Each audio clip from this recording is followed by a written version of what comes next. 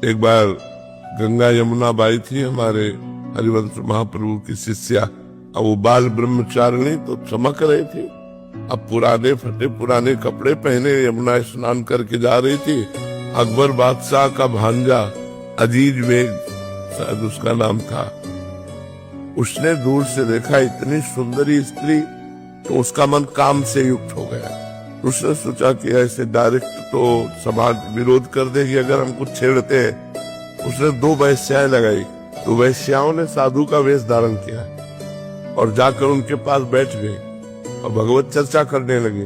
फिर एक दिन नहीं आई और दूसरे दिन फिर आई। तो उनका कल आप नहीं आई थी? तो बोले हमारे यहाँ एक बड़े संत आए हैं, उनकी सेवा में हम लोग थी, तो अगर आप चाहें तो चले, आप भी दर्शन कर लें। तो उनके साथ मथुरा चली गई। जब महल दिखाया तो पहली शंका हुई कि संत महल में कैसे।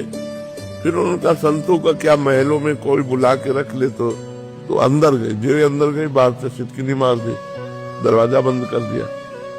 तो उनको शंका हुई, सामने देखा अजीज बेग और वो कामाशक्त एकदम। जे आगे बढ़ा तुमका रुक जा, कदम आगे मत बढ़ाना, मुझे असमर्थ मत समझो। आंख मूंदी श्री हरिवंश श्री हरिवंश श्री हरिवंश श्री हरिवंश। जे महाप्रभु का नाम लिया श्री हरिवंश श्री हरिवंश। भयंकर बबर सिर प्रकट हो गया बीच में और बाई जी गायब वृंदावन। और वहां उसके सामने सिंह जब दहाड़ा तो बेहोश होके गिर गया। वो जो ही होश आता सोई वो सिंह की दहाड़ हुई, घबरा गया।